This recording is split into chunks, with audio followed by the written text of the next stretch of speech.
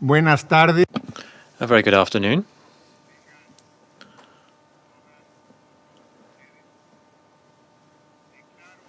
A very good afternoon to you all. The 8,899th meeting of the Security Council is called to order.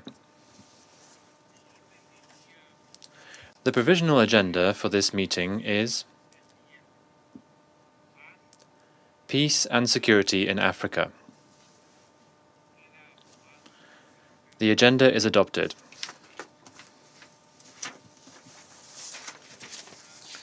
In accordance with Rule 37 of the Council's Provisional Rules of Procedure, I invite the representative of Ethiopia to participate in this meeting. It is so decided.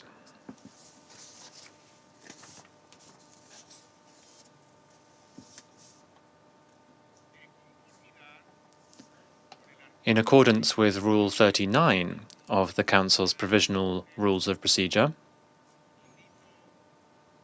I invite the following briefers to participate in this meeting. Ms. Rosemary DiCarlo, Under Secretary General for Political and Peacebuilding Affairs.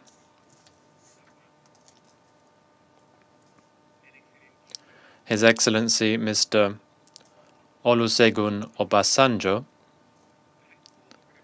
High Representative of the Chairperson for the African Union Commission for the Horn of Africa region. It is so decided.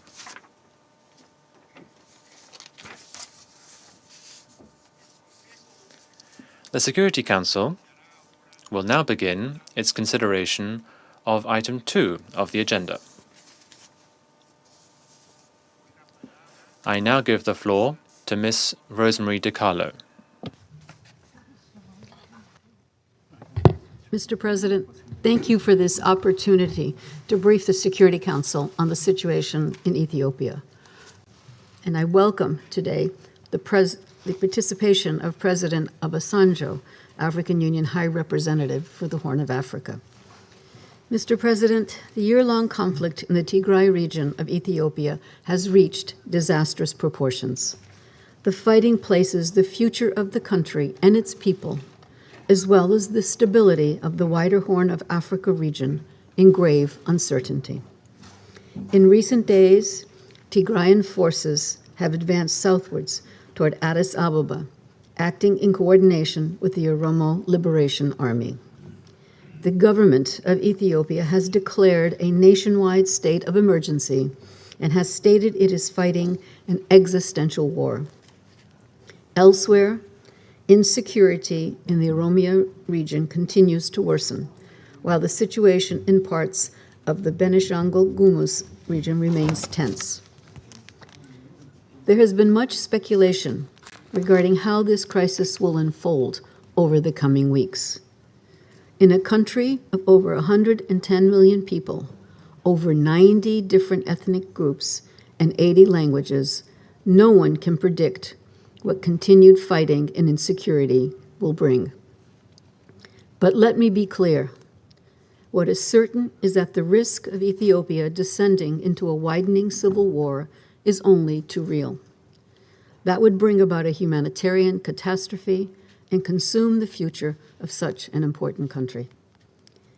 The political repercussions of intensifying violence in the wider region would be immense, compounding the many crises besetting the Horn of Africa.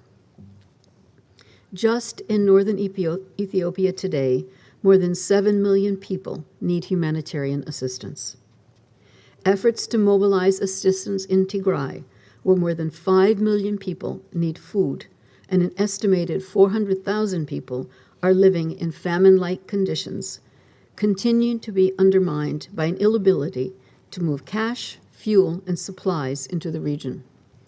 No airstrikes have reached Mekelle since 18 October amid continued airstrikes.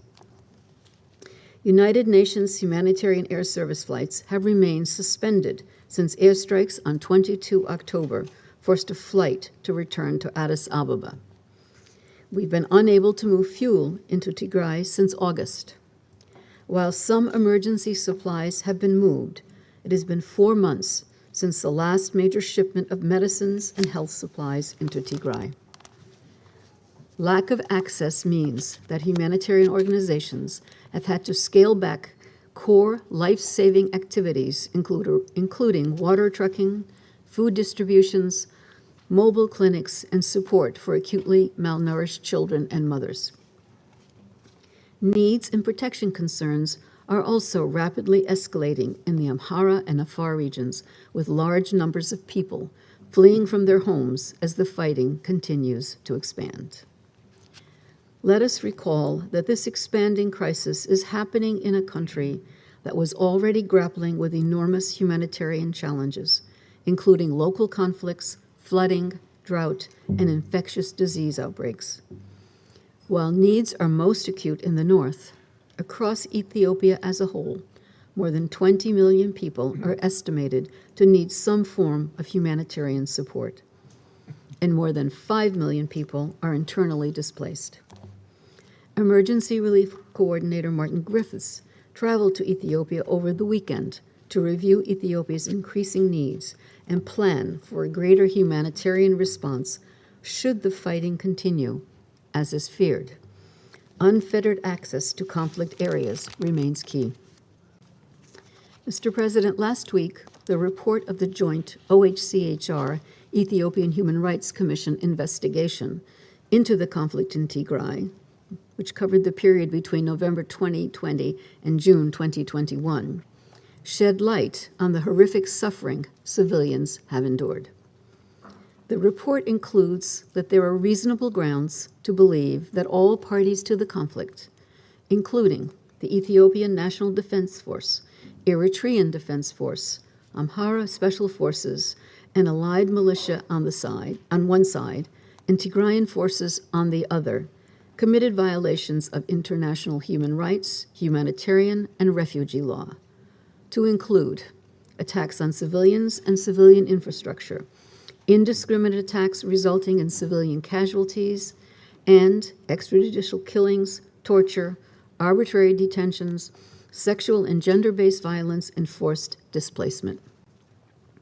The report states that war crimes and crimes against humanity may have been committed. It also outlines steps that should be taken to ensure accountability for these acts. High Commissioner Bachelet highlighted in her remarks last week that incidents of serious human rights violations have continued. More recently, incidents of hate speech and targeting of ethnic groups have increased at an alarming rate.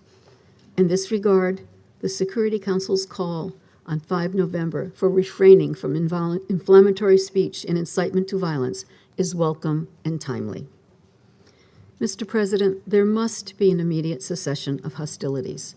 This has been the call of the Secretary General, African Union Commission Chair Faki, IGAD Executive Secretary Workna, the leader of Ethiopia's key neighbor, Kenya President Uhuru Kenyatta, and the UN Security Council. They've also called for negotiation of a lasting ceasefire and for the creation of conditions for an inclusive Ethiopian dialogue to resolve the crisis and create the foundation for peace and stability throughout the country. The Secretary General has been in frequent contact with Prime Minister Abiy, urging restraint and dialogue and offering his good offices. Further, the Secretary General has offered President Obasanjo the full support of the United Nations to his efforts to resolve the conflict. UN colleagues on the ground continue to urge all sides to this conflict to show restraint and provide unfettered access to vulnerable populations. Mr. President, the recently concluded elections in Ethiopia demonstrated the people's commitment to the democratic process. At the ceremony to mark his new mandate last month, Prime Minister Abiy spoke of his government's commitment to resolve the ongoing challenges and his intention to launch a national dialogue. The urgency for such an inclusive initiative has never been greater. In closing, let me stress that the UN is steadfastly committed to stay and deliver in Ethiopia in support of all the people of the country. We continue our work there, including thanks to the dedication of our Ethiopian national staff, who must be provided full protection by national authorities, regardless of their background. Ethiopia, a founding member of the United Nations, needs our support. We urge Ethiopians to come together to build a shared, prosperous future before it is too late. Thank you, Mr. President. I would like to thank Ms. DiCarlo for her briefing. I now give the floor to His Excellency Mr. Olusegun Obasanjo.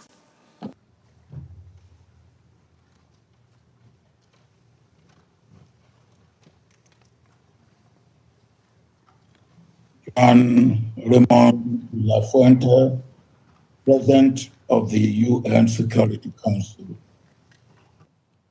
Your Excellency Antonio Guterres, Secretary General of the United Nations, Excellencies, members of the Council, distinguished ladies and gentlemen, it is a great pleasure and honor for me to be invited to the briefing of this august body to discuss the situation in Ethiopia within the context of its agenda item, Peace and Security in Africa. I wish to express my heartfelt thanks and appreciation to the President and members of the Council for this invitation, which will allow me to exchange views on pertinent unfolding developments in one of the strategic countries of the continent of Africa. I also wish to thank the chairperson of the AU Commission for my nomination on the 26th of August, 2021 as the African Union High Representative for the Horn of Africa, to intensify engagements with all relevant political actors and stakeholders towards promoting and entrenching durable peace and stability within the Horn of Africa, as well as support to AU-led strategies and diplomatic interventions in the region through the facilitation of inclusive political dialogue, reconciliation, and social cohesion processes. The appointment is a delicate one for two principal reasons. It is the first ever appointment by the AU of a high representative for an entire region. And the second reason is that each of the 8 countries of the region has a specific context. My assignment is part of the AU drive to promote peace, security, stability, and political dialogue all over the Horn of Africa region, and has allowed me to engage with most of the leaders of the region, relevant bilateral and multilateral partners, as well as key political actors and stakeholders, especially in Ethiopia. Apart from the region, I have also paid visits to Europe to meet with the President of the Republic of France and to Brussels to meet with the leaders of the European Union from 5th of October to 8th of October 2021.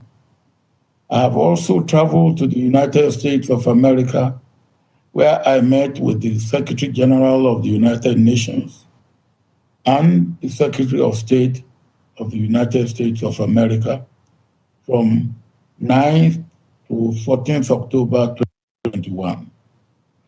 These initial visits offered me the opportunity to discuss with world leaders about the objective of the appointment, as well as to solicit their logistical and all other supports towards the implementation of my mandate. Since I began the assignment, I have briefed the AU Peace and Security Council on 2 occasions, the first of which was on the 28th of October 2021 on the region, and the second only this morning, specifically on the situation in Ethiopia. The Undersecretary has given us a little bit of the situation, the present situation in Ethiopia.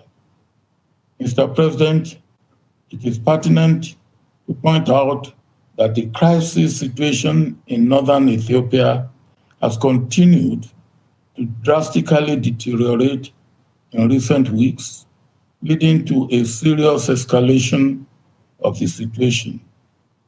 I've been following these developments with keen attention, and it is owing to the rapid changes in trend that I am paying another visit here in Ethiopia to engage all stakeholders for the de-escalation of the situation.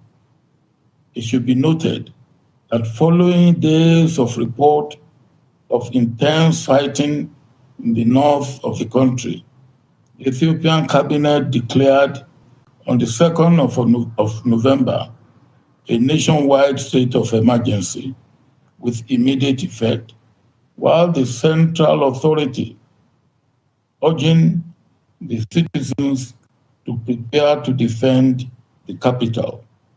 The mass demonstration yesterday, 7th November, as well as other similar demonstrations in several cities in support of the federal government, is evident of the present reality.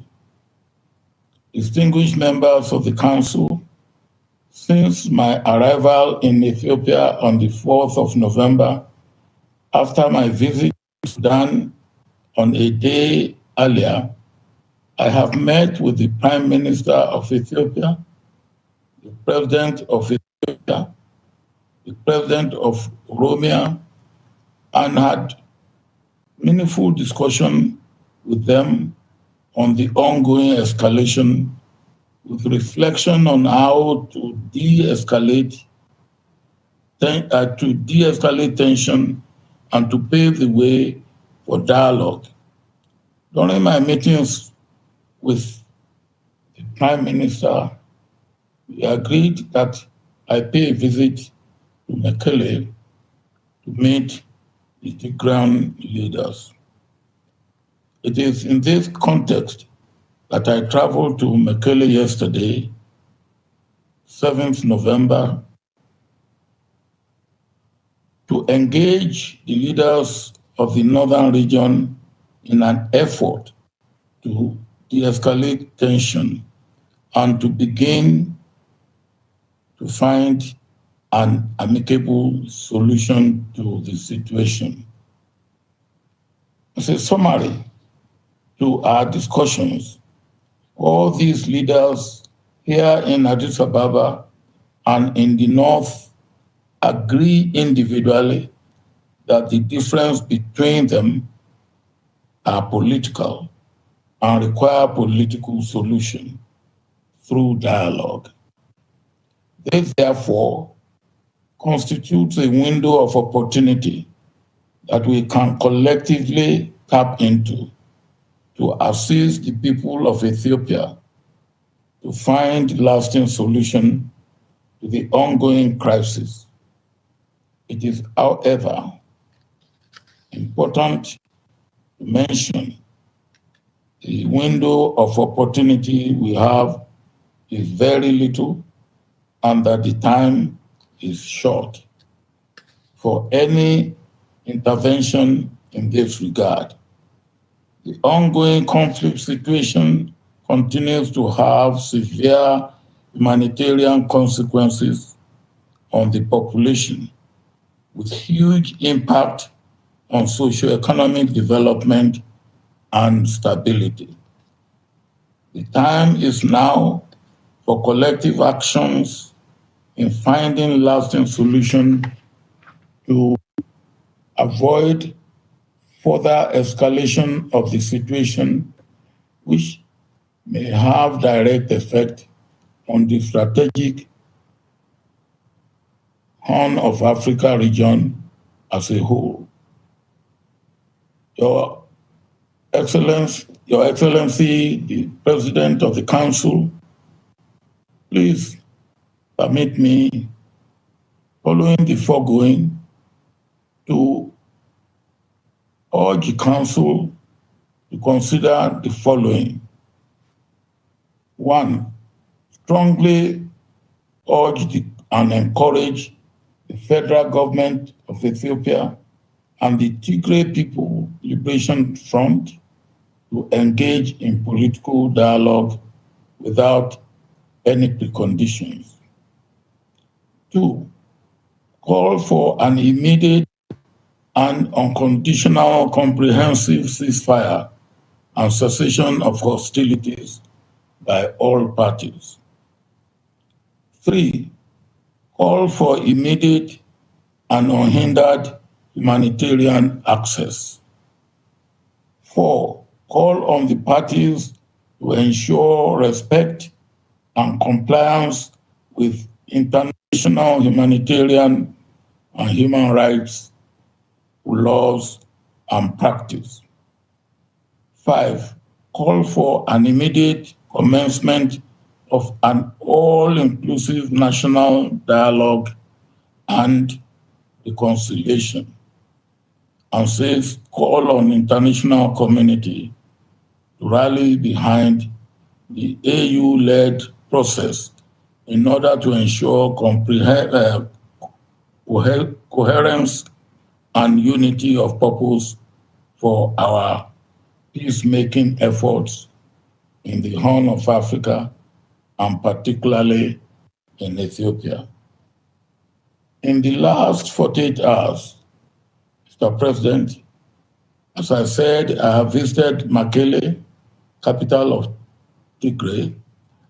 I have consulted with the Prime Minister of Ethiopia, the President of Tigray, the President of Oromia region, and the President of the Republic of Ethiopia. I've also consulted with the chairperson of AU Commission. Tomorrow, I will be paying a visit to Amhara region and Afar region, all in effort to harmonize the views of the leaders in the area of withdrawal of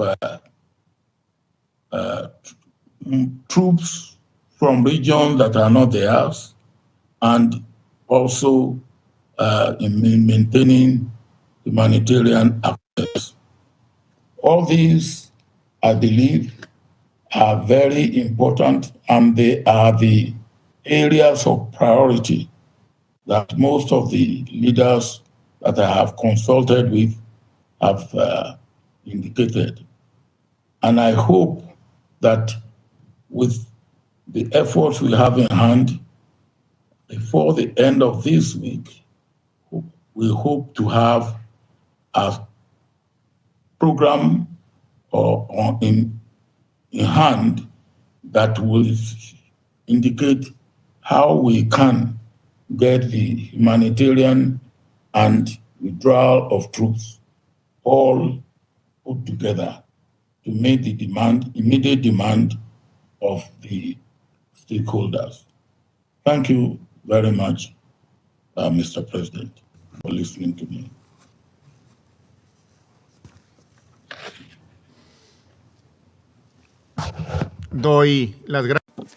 I thank Mr. Obasanjo for his briefing.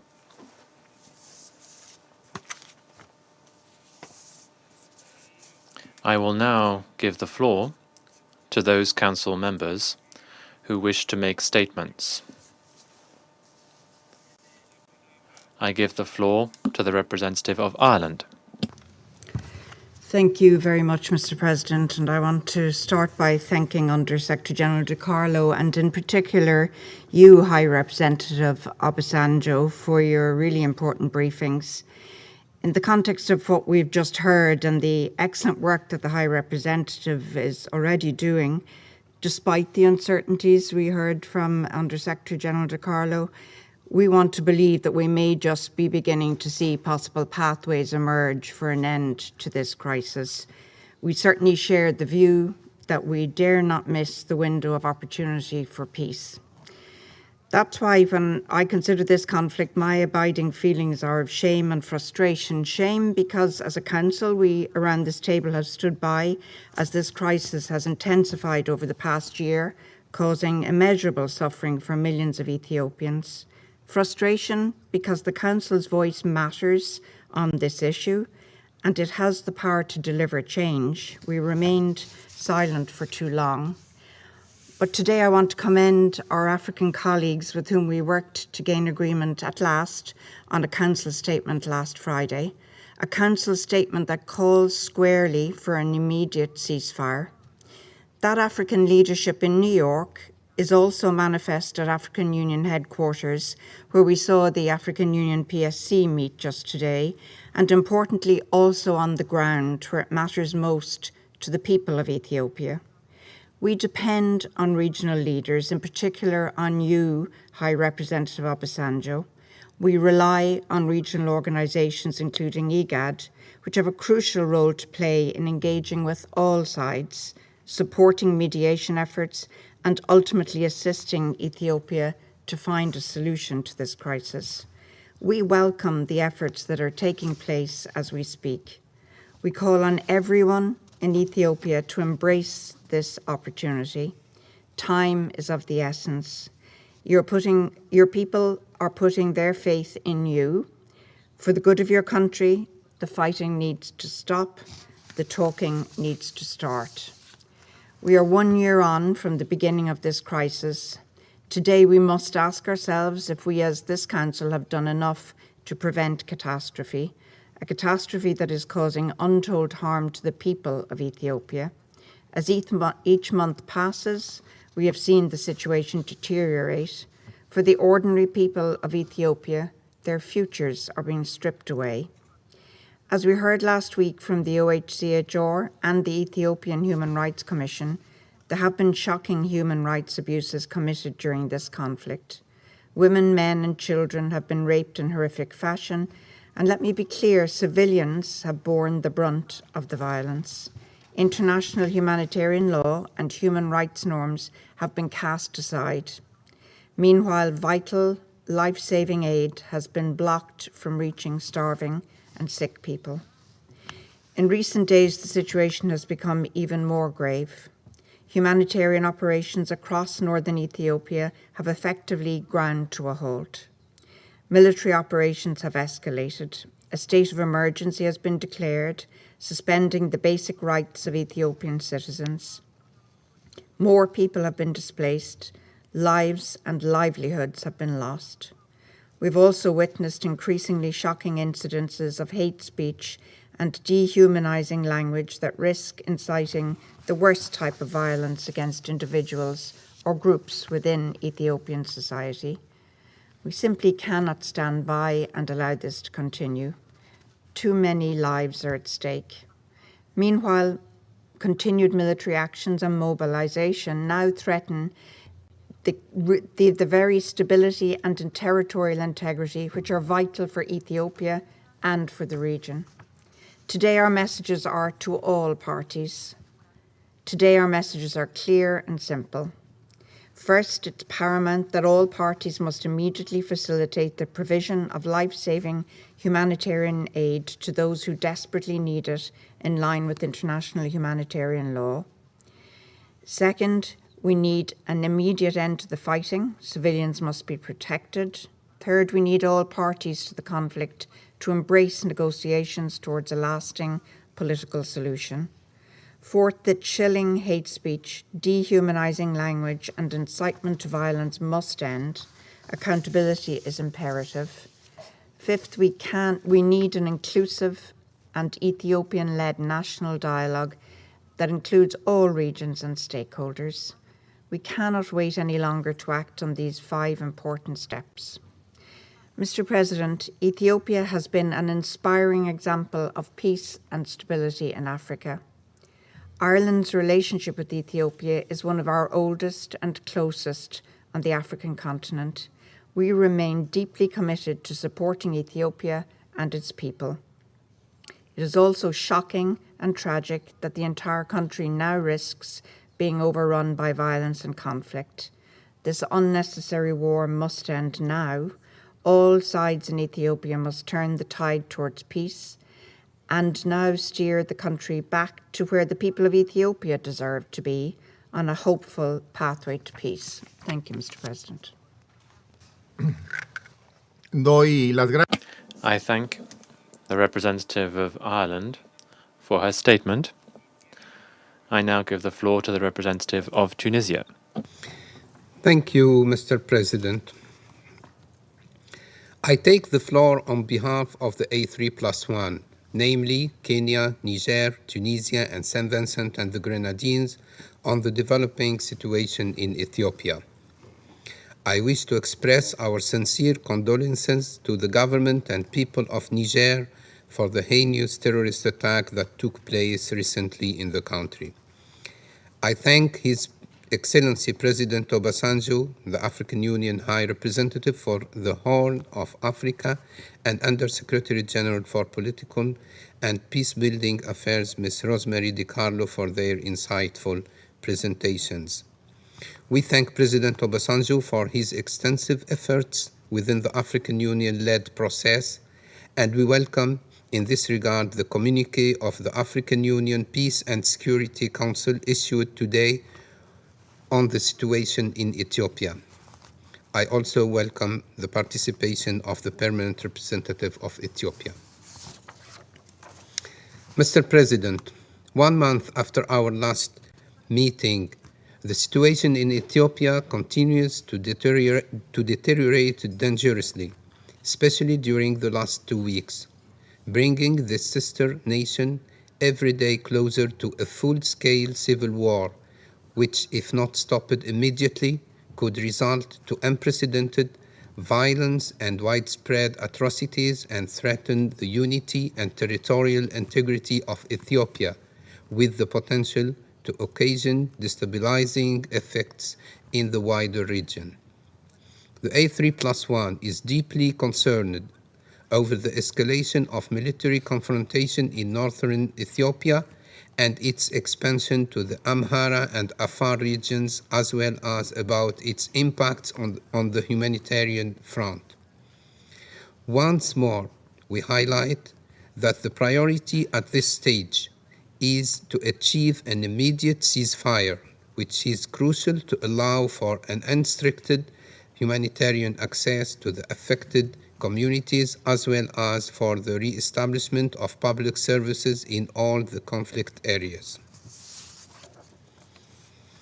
We therefore call for the immediate cessation of hostilities, the full respect for the life and property of civilians, as well as state infrastructure, and urge the parties to the conflict to constructively engage in discussions to seek a peaceful solution and pave the way for an inclusive Ethiopian-led dialogue and to national reconciliation in the interests of the country. At the same time, we remind all parties that they should respect their obligations under international humanitarian law and human rights law, with particular regard to the protection of civilians, which requires all parties to urge their supporters to abstain from acts of reprisal against any community and refrain from hate speech and incitement to violence and divisiveness, as stated by the chairperson of the African Union Commission on November the 3rd. All Ethiopians are one people. As A3+1, we urge all Ethiopians to embrace one another and to refuse to be pitted against one another on account of ethnic, religious, or other identities. Mr. President, today peace and security in the Horn of Africa is at risk.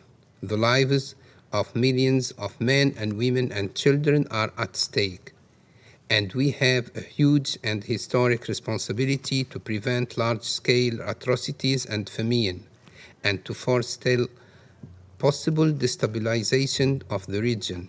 Today, we have a strong need for diplomacy and for mediation. We welcome the initiatives of the United Nations Secretary General and all international partners and regional leaders to find a peaceful solution to this crisis. We believe that it is important today that we speak with one voice and send a clear and united message to all parties in Ethiopia that violence is not an option to resolving the political disputes, however serious they may be. We have witnessed during the last year how violence led to loss of thousands of lives and millions of displaced persons, human rights violations and atrocities, and to a dire humanitarian situation. We are left with the question, how much longer and how many more innocent Ethiopians must perish before all parties can understand that there can be no military solution to this crisis?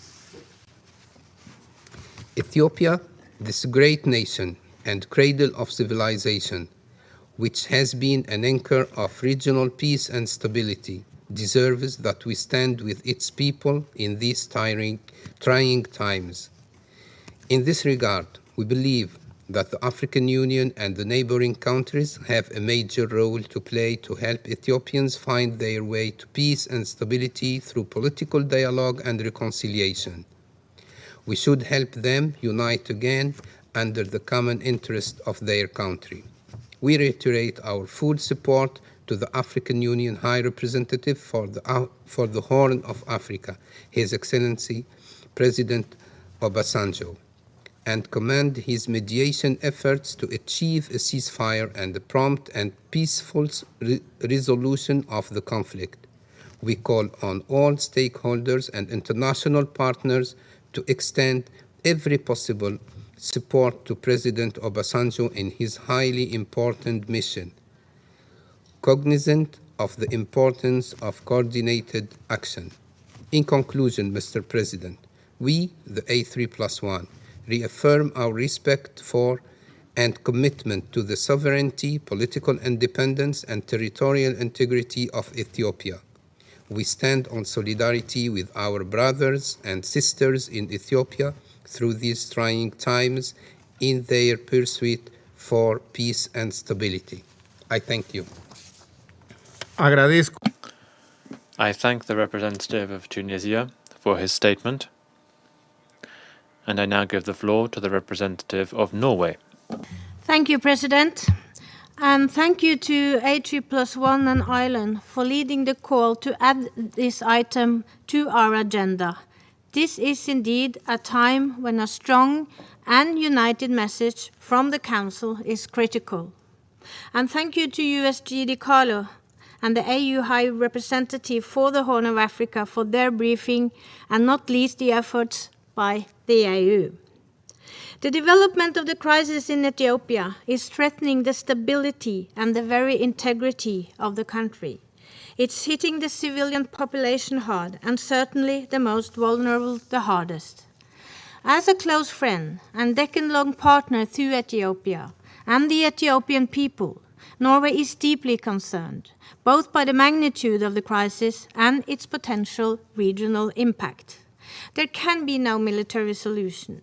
This should be evident to all parties, from the federal government to the Tigrayan People's Liberation Front and the Oromo Liberation Army.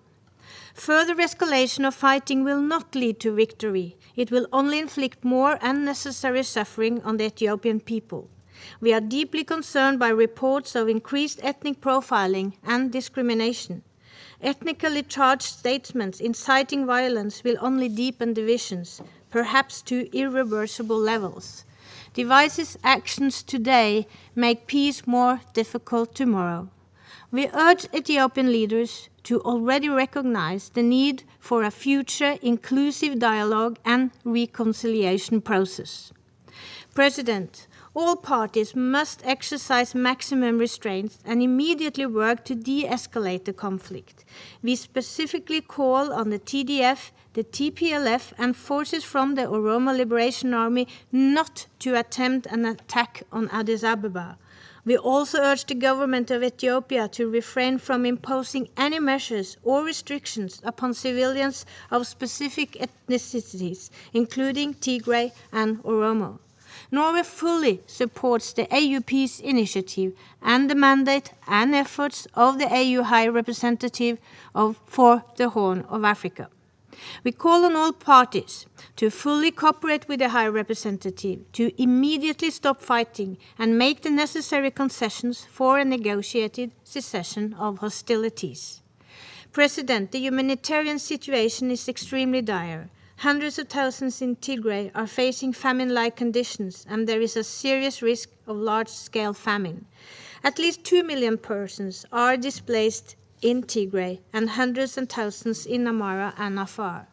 Access to food, health care, and other basic services must be restored, and all possible modalities for this must be explored. We call on all parties to immediately facilitate full, safe, and unhindered humanitarian access. We know that the suffering of the Ethiopian people also go beyond the current humanitarian crisis. Norway is appalled by the findings in the joint report by the Office of the High Commissioner for Human Rights and the Ethiopian Human Rights Commission. While limited in time and geographical scope, it outlines a pattern of the killing of civilians and the widespread and systematic use of sexual and gender-based violence. The obligation of all are made clear. Incidents must be investigated and perpetrators brought to justice. All parties to the conflicts must fully respect international human rights and international humanitarian law, even in the most dire circumstances. President, every day that the fighting continues and that the rhetoric grows only makes a credible accountability process and a viable transitional justice mechanism more vital. These mechanisms will be of utmost importance to future national reconciliation. The people of Ethiopia, indeed all people in the broader region, are dependent on the ability of the parties to urgently find a path to sustainable peace, and we stand ready to assist. Thank you. Agradezco. I thank the representative of Norway for her statement, and I now give the floor to the representative of Vietnam. Thank you, Mr. President. And I would like to thank USG De Carlo and the High Representative, the Chairperson of the African Union Commission, Obasanjo, for their insightful briefings. I welcome the ambassadors, permanent representative of Ethiopia, to our meeting today. Mr. President, we are deeply concerned about the deteriorating situation in Ethiopia, especially the continued fighting and expansions of combat and hostility in and around Tigray, Amhara, and Afar regions over the weekend. The sharp escalation of military operation and clashes in the last few weeks have plunged Ethiopia and the region into a more serious level of instabilities, pushing the party to a point of no return. These developments have also brought about consequences and adverse impact on the daily lives of millions of people while hindering humanitarian activities. We therefore urge all parties to end hostility immediately and start an inclusive Ethiopian national dialogue toward an immediate and unconditional ceasefire and make it sustainable one. Only with sustainable ceasefire can the primary condition can the primary condition for a credible and inclusive dialogue be established to find a political settlement to the long-lasting political grievances that have led to the conflict. Mr. President, the escalating hostility threatened to worsen the already dire humanitarian situation in Tigray, Amhara, and Afar, where millions of people are in need of urgent humanitarian assistance. As reported, 5.2 million people, especially those 400,000 people who live in famine-like conditions, are having to rely on food aid every day. We welcome progress in the practical activities carried out by the United Nations, humanitarian organizations, and international and regional partners to help Ethiopians, including people in Tigray, over the past few months. We also welcome the visit made by the USG Martin Griffiths and the African Union envoy to the Horn of Africa, Obasanjo, to the northern Tigray region of Ethiopia on Sunday to discuss humanitarian access and a possible ceasefire. However, we understand that the access to and distribution of humanitarian assistance remains far from satisfying the urgent needs of people in this region. We therefore call for an immediate removal of restriction and creation of a favorable condition to humanitarian access, full observation of international humanitarian law, and rapid restoration of public services and upscaling humanitarian assistance. All measures must be taken to protect civilians and humanitarian workers. Mr. President, as we stated previously, the crisis in Tigray stems from the complicated political, historical, and ethnic reasons. Therefore, rather than invoking further hatreds, relevant parties must give the highest priority to the interest of their people, and therefore patiently engage in dialogue and reconciliation. It is high time for a compromise to be made toward a comprehensive solution for sustained stability and development of Ethiopia on the basis of respecting principles of international laws and the UN Charter. Without a constructive dialogue in place, further bloodshed and confrontational rhetoric will drive parties further apart and block the path of peace. Dialogue should be started right now. Otherwise, it would be too late to save Ethiopia from a catastrophe. In this process, the international community should support all efforts toward the end, including through a swift and effective action, while being full respect of independence, sovereignty, unity, and territorial integrity of Ethiopia. Mr. President, the conflict and situation in Tigray have had certain impact on the region, and thus requires all parties to exercise self-restraint. The principle of non-interference in the internal affairs of the state and settlement dispute by peaceful means should be constantly upheld. In this connection, we support the role of the High Representative of the African Union for the Horn of African regions and his effort to help bring about a ceasefire and a prompt and peaceful resolution to the conflict. We also support the constructive engagement of neighboring countries and regional organizations, especially the African Union, for the sake of peace, stability, security, and national reconciliation, national unity, and development in Ethiopia. I thank you, Mr. President. Agradezco. I thank the representative of Vietnam for his statement, and I now give the floor to the representative of China. Thank you, Mr. President. Mr. President, I wish to thank Under-Secretary General De Carlo and AU High Representative for the Horn of Africa, Mr. Obasanjo, for their briefings. I welcome Ambassador Amta, Permanent Representative of Ethiopia, to our meeting today. Lately, the situation in Ethiopia has deteriorated. The escalation and spread of the conflicts have resulted in rising civilian casualties and a worsening humanitarian situation. The AU and leaders of regional countries have all expressed their concerns. As a good friend of the people of Ethiopia, China sincerely hopes that all relevant parties will put the interests of the country and its people first, keep calm and exercise restraint to avoid further escalation of the situation. At the same time, We hope they will commit to resolving conflicts and differences through political dialogue in order to create conditions for peace and reconciliation. The Council issued a press statement last Friday on the situation in Ethiopia, calling for a ceasefire, calling for a cessation of hostilities and the commencement of political dialogue. We hope all the relevant parties will respond positively.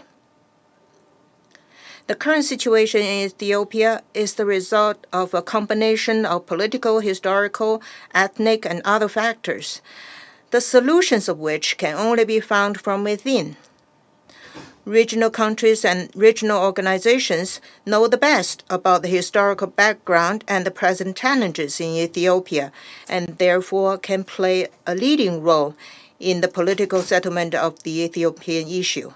China always supports African solutions to African problems.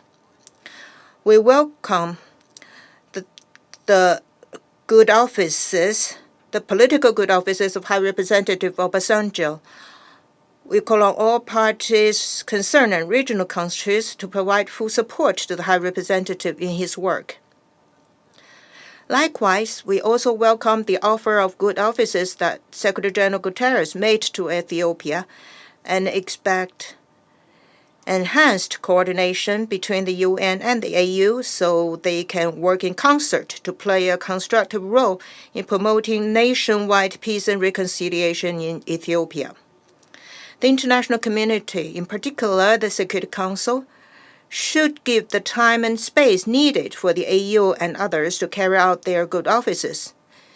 Using trade restrictions or cutting off aid as a means to exert maximum pressure on Ethiopia will only interfere with the political settlement, but will not help the parties resolve their conflicts and rebuild mutual trust. The current humanitarian needs in Ethiopia are enormous. The international community should help Ethiopia improve its humanitarian response capacity and scale up the relief delivery so that humanitarian assistance can, to the maximum extent possible, reach everyone in need. When providing humanitarian support to Ethiopia, we should respect the country's sovereignty and leadership, follow the UN guiding principles for humanitarian actions, and avoid politicizing humanitarian issues. All parties concerned in Ethiopia should fulfill their obligations under the international humanitarian law, protect the safety and security of civilians, foreign nationals included, facilitate humanitarian relief operations, and prevent further deterioration of the humanitarian situation. Ethiopia is a country with a long history and a splendid civilization. At every historical juncture, the people of Ethiopia have been able to come together to defend the country's sovereignty, unity, and long-term development. We are confident that the people of Ethiopia have the capacity and wisdom to overcome the current challenges, maintain national unity, and move the country back to the right track of peace, stability, development, and revitalization. China stands ready to work with the international community to continue to support the efforts of the people of Ethiopia. Thank you, Mr. President. I would like to thank the representative of China for his statement, and I now give the floor to the representative of the United Kingdom. Thank you, Mr. President. I would like to thank High Representative Obasanjo and Under-Secretary General DiCarlo for their important briefings. I also thank the A3+1 and Ireland for calling today's meeting and for their work on Friday's statement for this Council. The United Kingdom shares the serious concerns already expressed today about the situation in Ethiopia, including from the African Union Peace and Security Council. The introduction of a state of emergency by the government of Ethiopia must not be used as an excuse to ignore human rights and international humanitarian law. Violations and abuses of human rights, international humanitarian law, and refugee law are already taking place as a result of this conflict. The report released last week by the Office of the High Commissioner for Human Rights and the Ethiopian Human Rights Commission documented these in detail, including the widespread use of sexual violence as a weapon of war, torture, attacks on civilians, and forced displacement. All parties should act to implement the recommendations contained in that joint report, ensure accountability, and prevent further suffering. Indeed, addressing the humanitarian and human impact of this tragic conflict should be our immediate focus. And when it is over, we must come together and help Ethiopia heal. Therefore, it's vital that all parties stop fighting and start talking.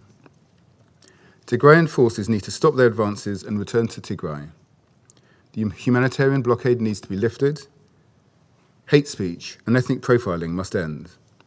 It serves only to set Ethiopian against Ethiopian and deepens divisions which will make recovery from this crisis even harder. The United Kingdom gives its full support to the Secretary-General and His Excellency African Union Special Envoy Obasanjo and urges all parties to make use of their good offices. We stand ready to provide any support that is required. Mr. President, in the last year, this conflict has brought only destruction, suffering, and despair.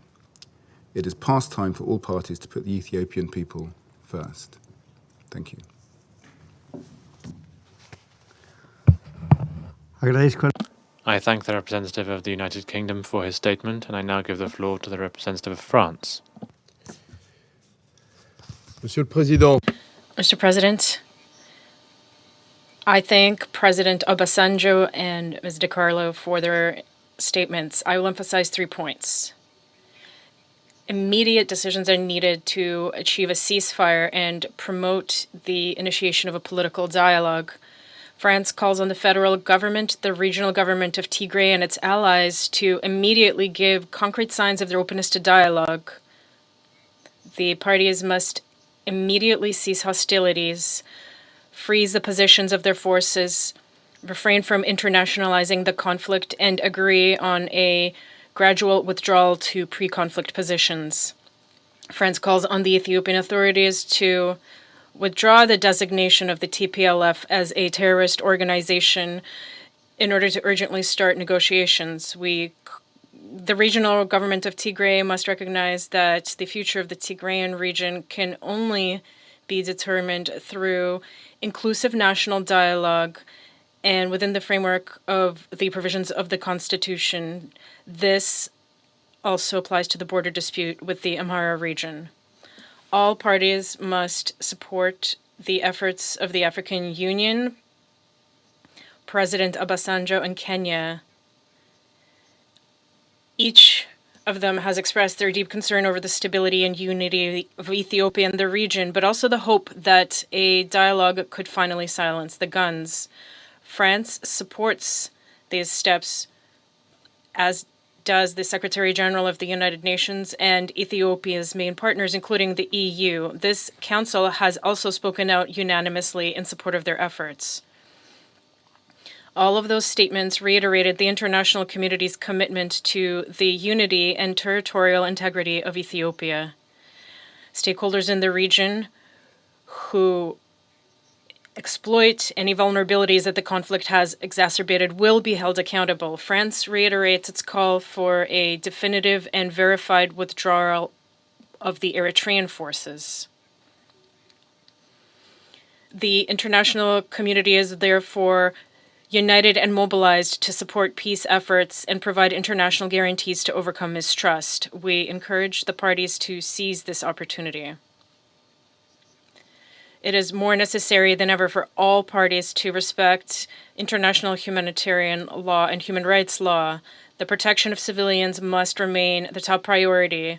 The outbreak of fighting in urban areas increases the risk to populations. France is concerned about the violence, forced displacement, and hate speech targeting the ethnic origin of the victims.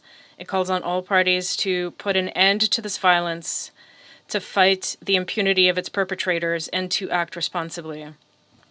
France takes note of the publication of the report on the joint investigation of the OHCHR and the Ethiopian Human Rights Commission. It expects all parties to initiate credible investigations into the alleged facts.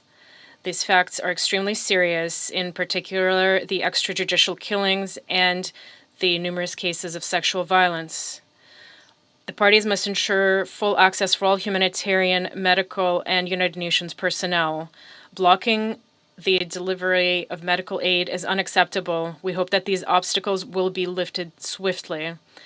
Finally, France calls on the parties to guarantee access to prisoners and to initiate discussions with a view to their release. Thank you. I thank the representative of France for his statement, and I now give the floor to the representative of India. Thank you, Mr. President. Let me join others in thanking High Representative of the Chairperson of the African Union Commission, His Excellency Obasanjo, and Under-Secretary General for Political and Peacebuilding Affairs, Ms. Rosemary DiCarlo, for updating this Council on the recent developments in the northern parts of Ethiopia. I also welcome the presence of Permanent Representative of Ethiopia, Ambassador Thai Selassie, in today's briefing.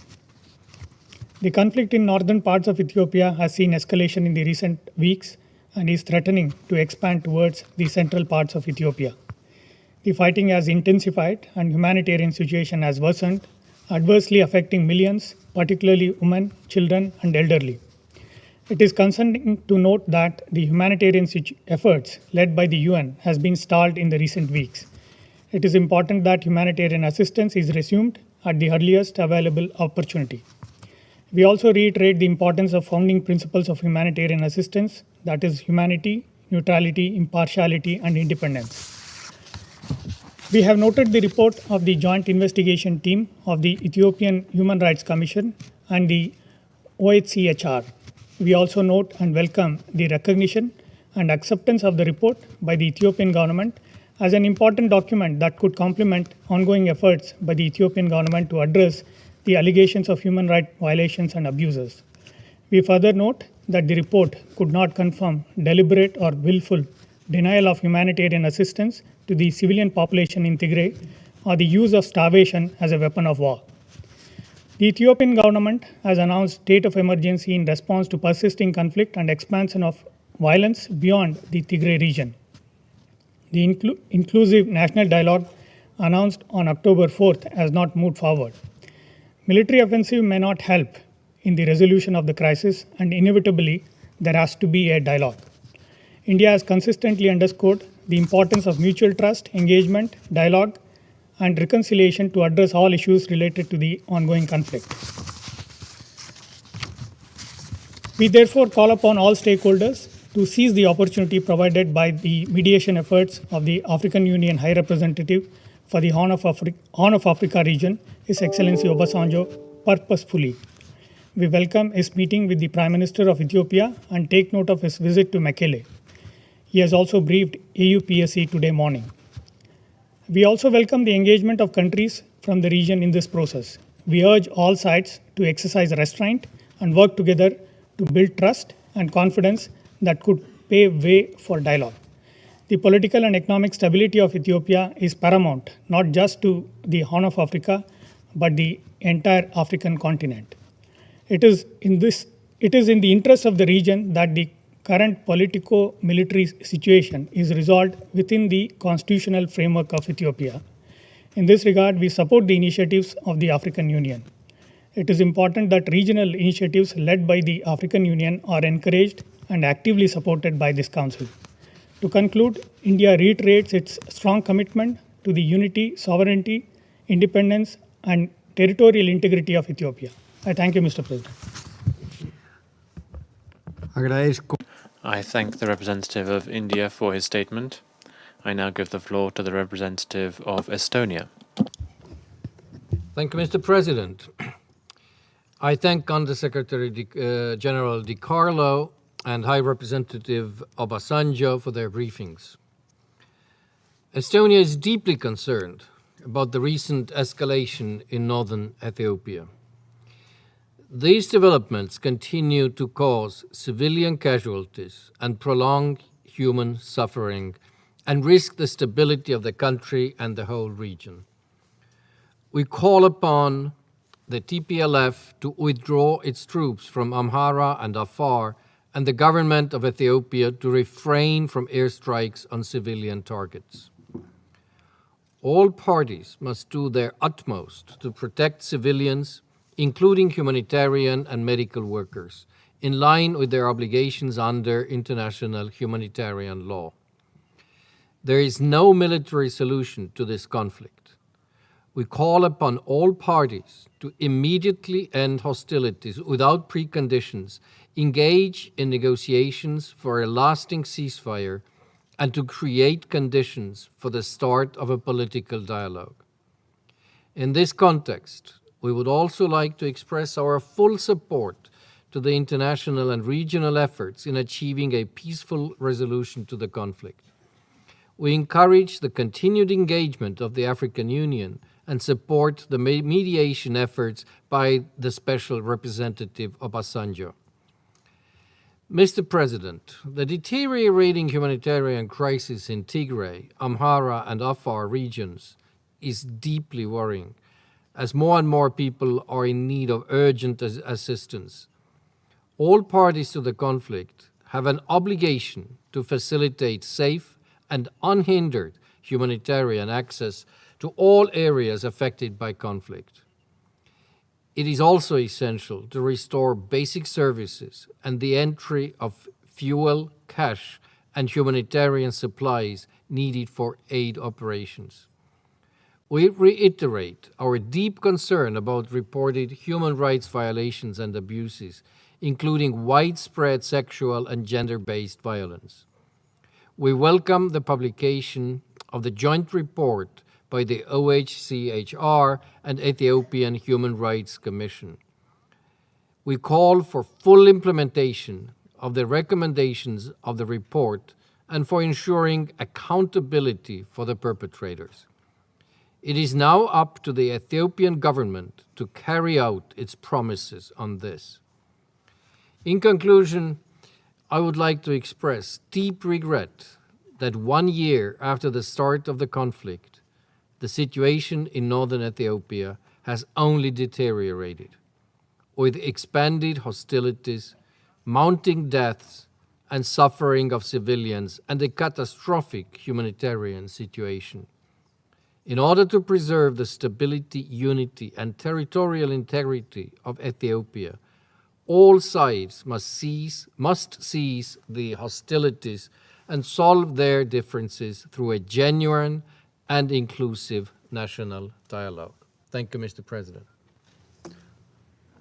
I thank the representative of Estonia for his statement, and I now give the floor to the representative of the United States. Thank you, Mr. President. And let me start by recognizing and thanking the Council for getting out the statement last Friday that called for a ceasefire and expressed our strong concerns about the situation in Ethiopia. Thank you, Undersecretary General DiCarlo, for your briefing. And thank you to African Union High Representative Obasanjo for your briefing, and very specifically for your on-the-ground reports and efforts in the region. We strongly urge all parties to support and cooperate with you as you work to bring peace and stability to the region.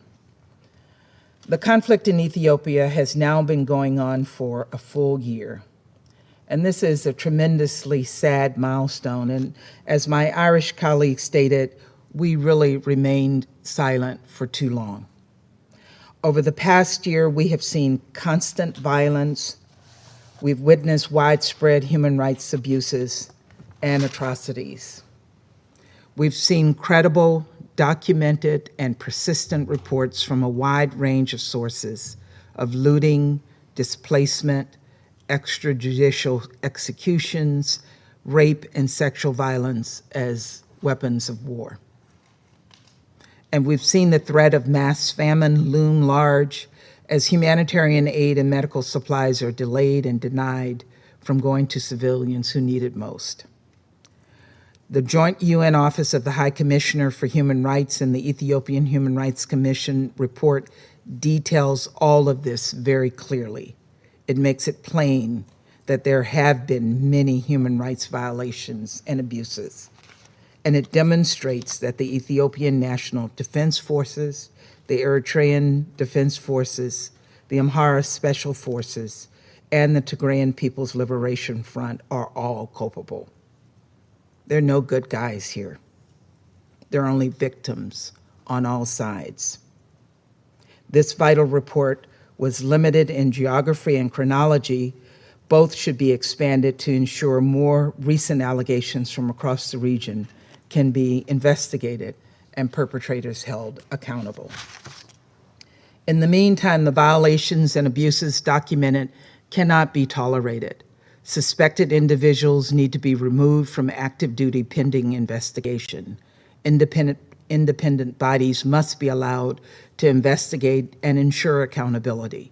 Humanitarians must be allowed unimpeded access, and the violence must stop. This is not the Ethiopia that we thought we would see 2 years earlier, when we were applauding this country as the fastest growing economy in Africa.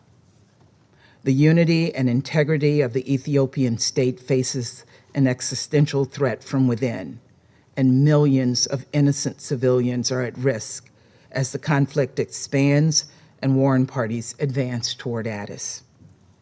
Mr. President, colleagues, it is time for all parties to immediately halt hostilities and refrain from incitement to violence and divisiveness.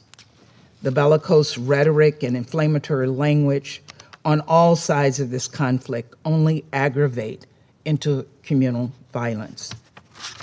It is time for the government of Ethiopia, the TPLF, and all other groups to engage in immediate ceasefire negotiations without preconditions to find a sustainable path toward peace.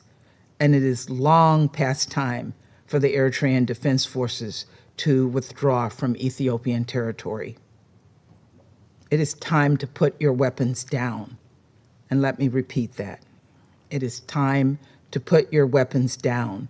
This war between angry, belligerent men victimizing women and children has to stop. As we call for peace, I want to address some critics who have said that the United States is biased toward one side of the conflict. Let me be crystal clear. We condemn violence on all sides. We condemn any and all human rights violations and abuses committed by all sides. So we condemn the violence by the ENDF and the Eritrean Defense Forces, and we condemn the TPLF's violence. We condemn the TPLF's expansion of war outside of Tigray. The TPLF must withdraw from Afar and Amhara. And we call on the TPLF and the Oromo Liberation Army to immediately stop the current advance toward Addis. We also call on the Ethiopian government to respect international humanitarian law. We're not taking sides. Innocent people, innocent Ethiopians are starving in northern Ethiopia. Withholding food and medical supplies is not acceptable. It is not an acceptable tactic at any time, and frankly, it's unconscionable and not what we would expect from Ethiopia. The Ethiopian government must allow UN agencies and their partners to staff their operations with the specialized expertise required to mount an effective response. The reckless expulsion of UN officials are an affront to the United Nations and to the people of Ethiopia.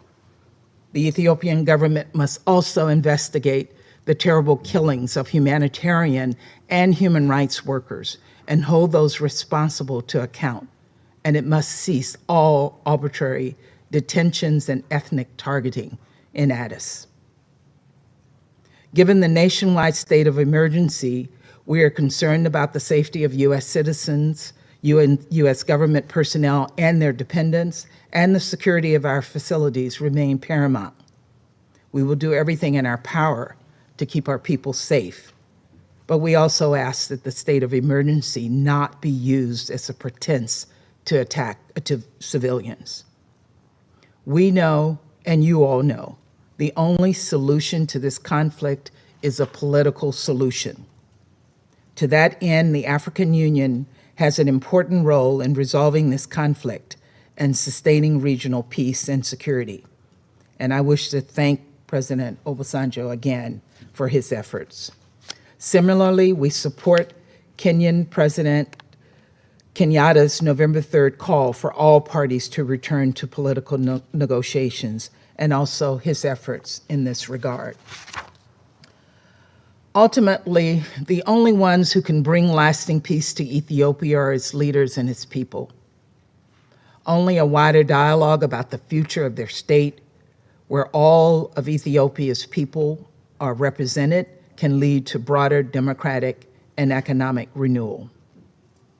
It is never too late for peace, but the longer this conflict goes on, the harder the road to peace becomes, and the more people will die.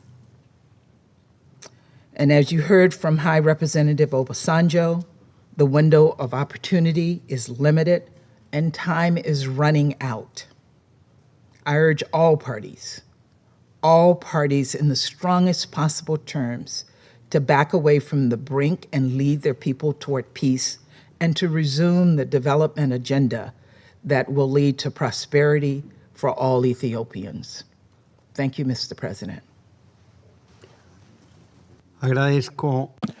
I thank the representative of the United States for her statement, and I now give the floor to the representative of the Russian Federation.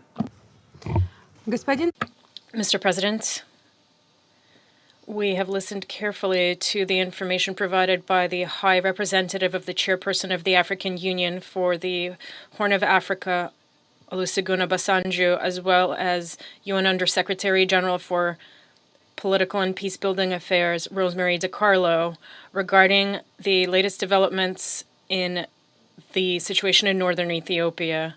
We welcome the participation in today's meeting of the country's permanent representative to the UN.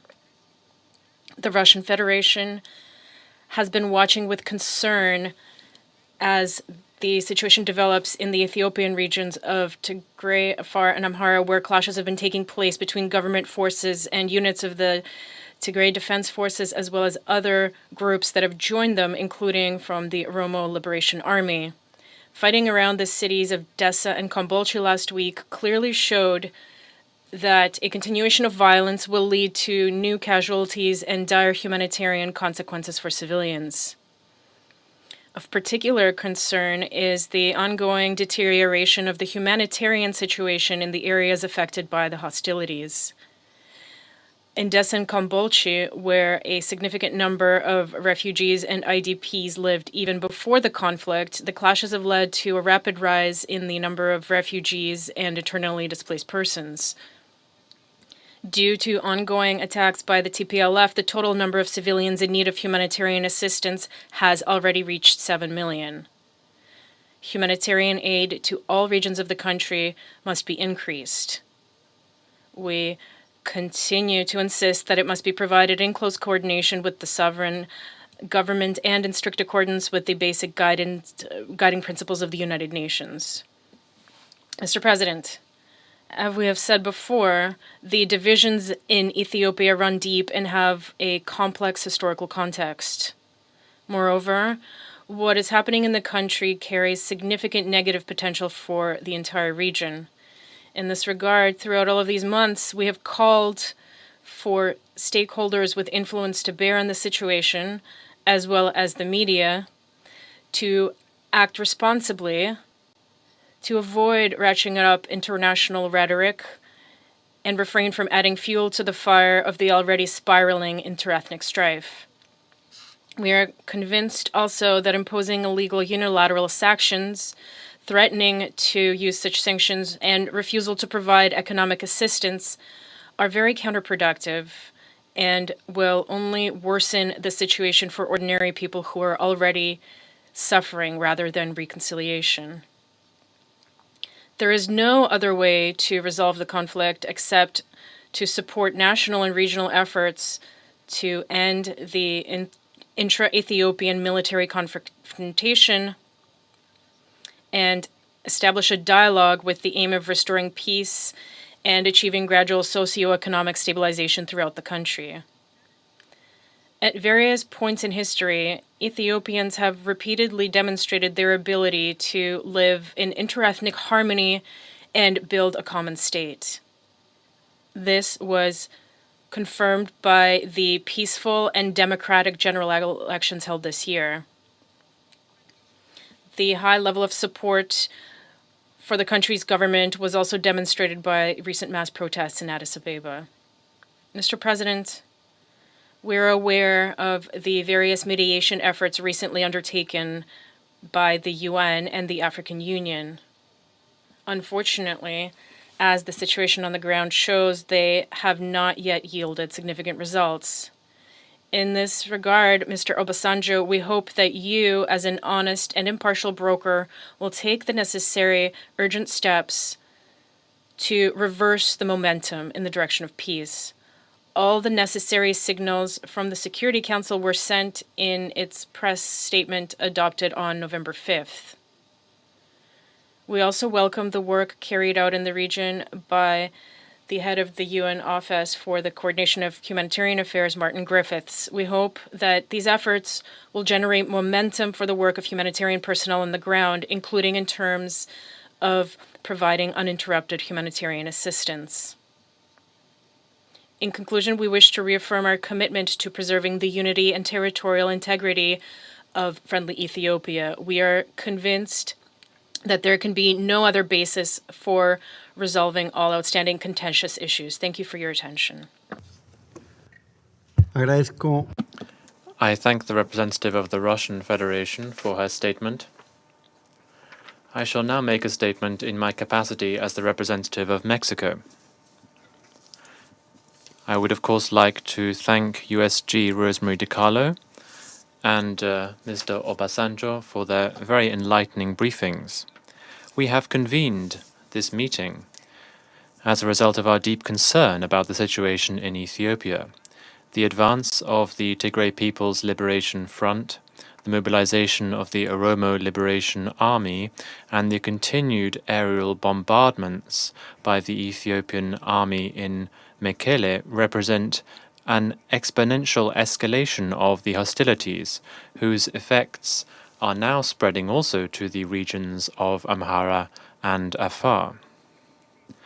The Ethiopian government's recent decision to declare a state of emergency clearly shows that if the parties persist in the military option, then the conflict will spread to the entire country and will have serious consequences, not just for the people of Ethiopia, who are suffering them, but also for the entire region. That is why we support and encourage regional efforts to find a solution, a negotiated solution to the crisis, particularly those undertaken by the Special Envoy of the African Union for the Horn of Africa, former President Obasanjo. In the humanitarian domain, we are concerned to see that the aerial attacks in Mekele have already compelled the UN to suspend its flights to that city. This has cut off the entry of cash and humanitarian personnel, worsening, therefore, the living conditions for civilians. We are concerned that although food and essentials are available for the people of Tigray, they can't actually be delivered because of the lack of fuel and money to pay the contractors. The Ethiopian government needs to provide security guarantees so that at the very least the 2 weekly flights which had been operating until a few weeks ago to Mekele can resume. All the parties must fulfill their obligations under international humanitarian law. There must be unfettered access for humanitarian aid without further delay. Mexico also takes note of the report of the joint investigation of the Ethiopian Human Rights Commission and the OHCHR.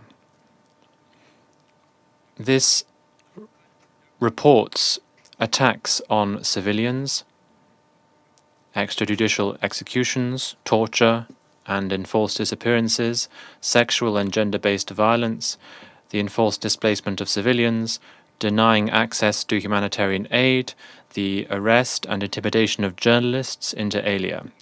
These violations of international human rights law and international humanitarian law by all actors to the conflict must be investigated and punished.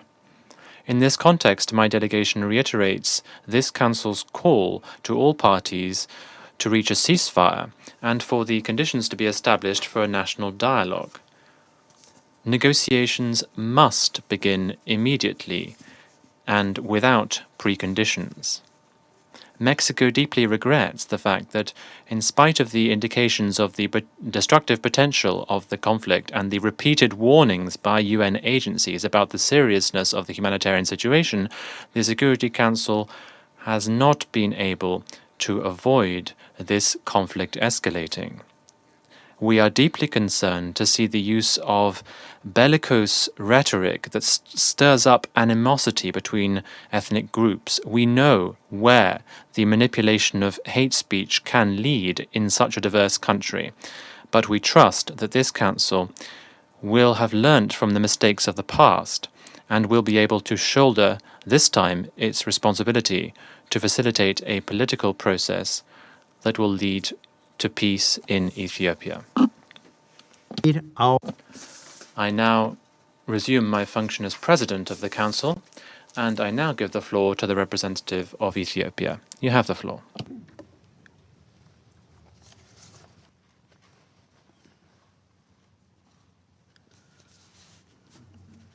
Thank you, Mr. President, for giving me the floor and for allowing the participation of my country in this briefing. I also congratulate you on Mexico's presidencies of the Council for the month of November. I recognize the presence of His Excellency President Obasanjo, High Representative of the African Union to the Horn of Africa, and Undersecretary General Rosemary DiCarlo. I thank both for their briefing. Mr. President, a year ago, the Northern Command of the Ethiopian National Defense Force was attacked within. The unsuspecting men and women in uniform were slain in the dark hours of November 4, 2020.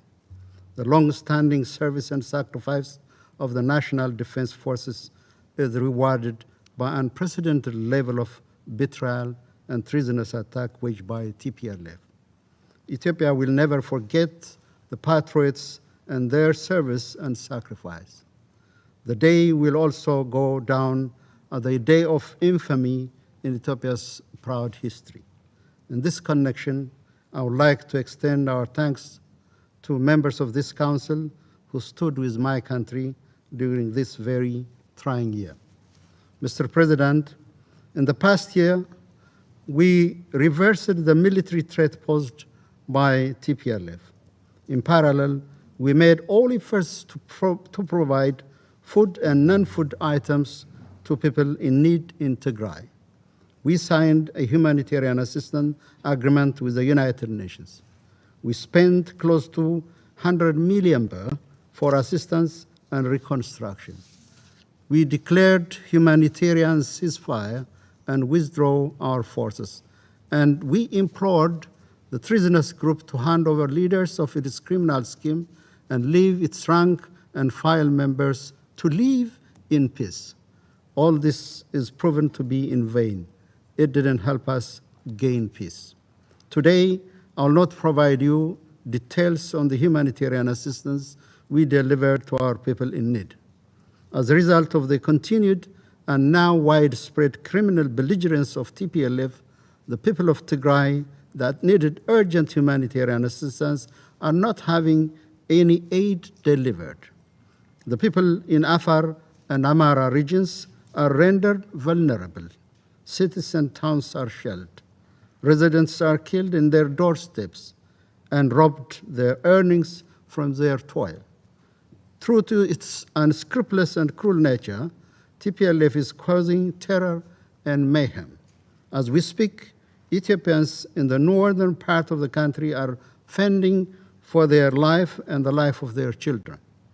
The trucks we sent to Tigray with food and medical supplies are transporting weapons and youth combatants that are frauded or forced to fight against their brothers and sisters for no apparent public interest, but for the greedy-driven political agenda of a few individuals. Excellencies, we honor and respect the call for political dialogue. It is an approach we fully prescribe to and even applied in resolving many intrastate and interstate disputes. Inherently, our current situation is not any different. There is a deep-seated political difference and grievances in our nascent democracy.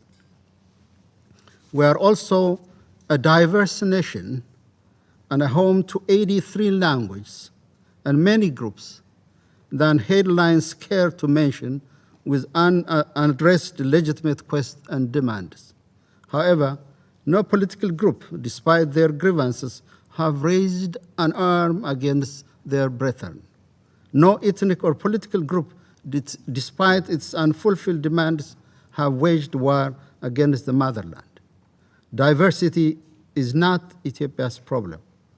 Our challenge is not, as some reluctantly posit, a failure to manage diversity. Diversity is Ethiopia's asset. Our problem is a criminal group that refused to accept equality and let go ill-gained supremacy and privilege. Unfortunately, this group garners support from many sources.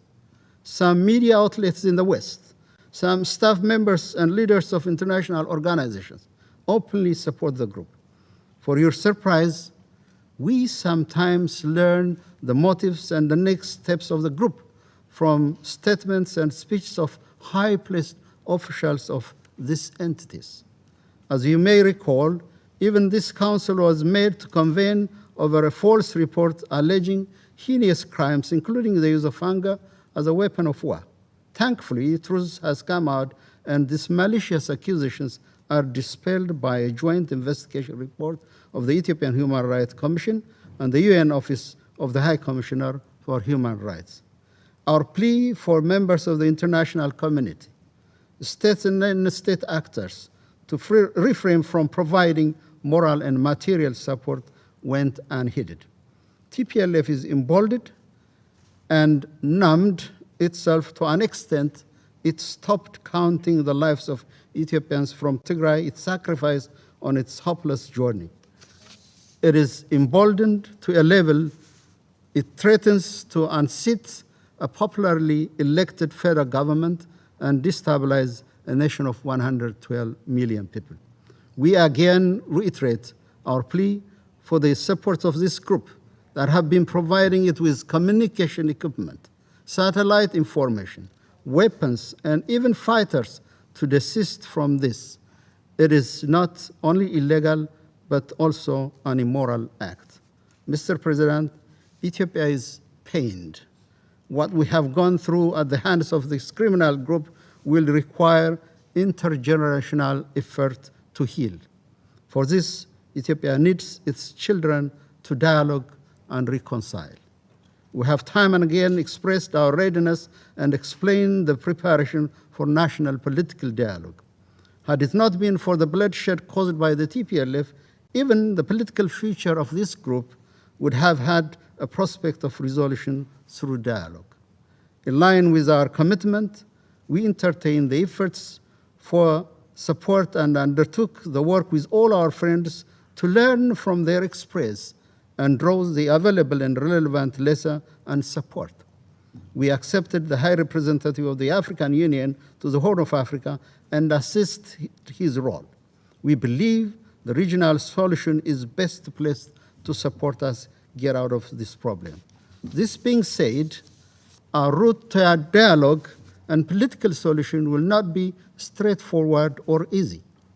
For now, we are focused on halting the TPLF and rescuing and reaching our public that suffered immensely under its cruel and deceptive methods. In this regard, we remind everyone concerned there are no two parties here. There is a government representing the whole of the Ethiopian people and representing the Ethiopian state, and there is a group advancing its criminal cause through atrocities.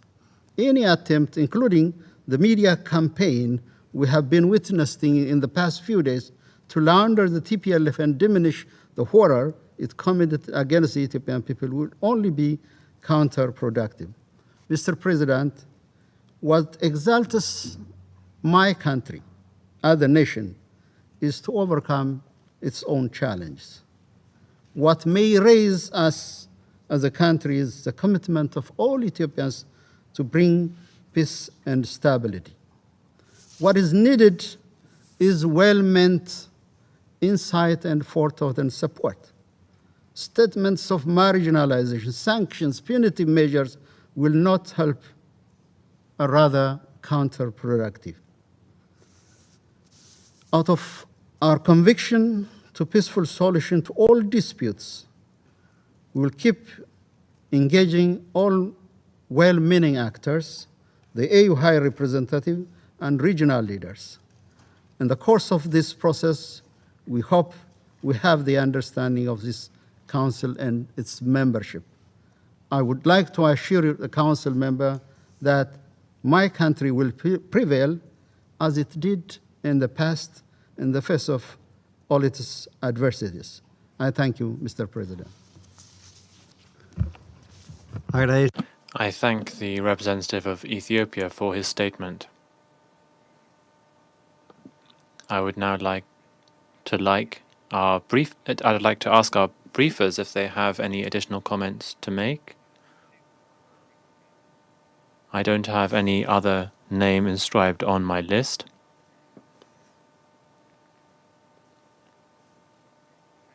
That seems not to be the case. So I would now therefore like to invite Council members to informal consultations to continue our discussion on the subject. The meeting stands adjourned.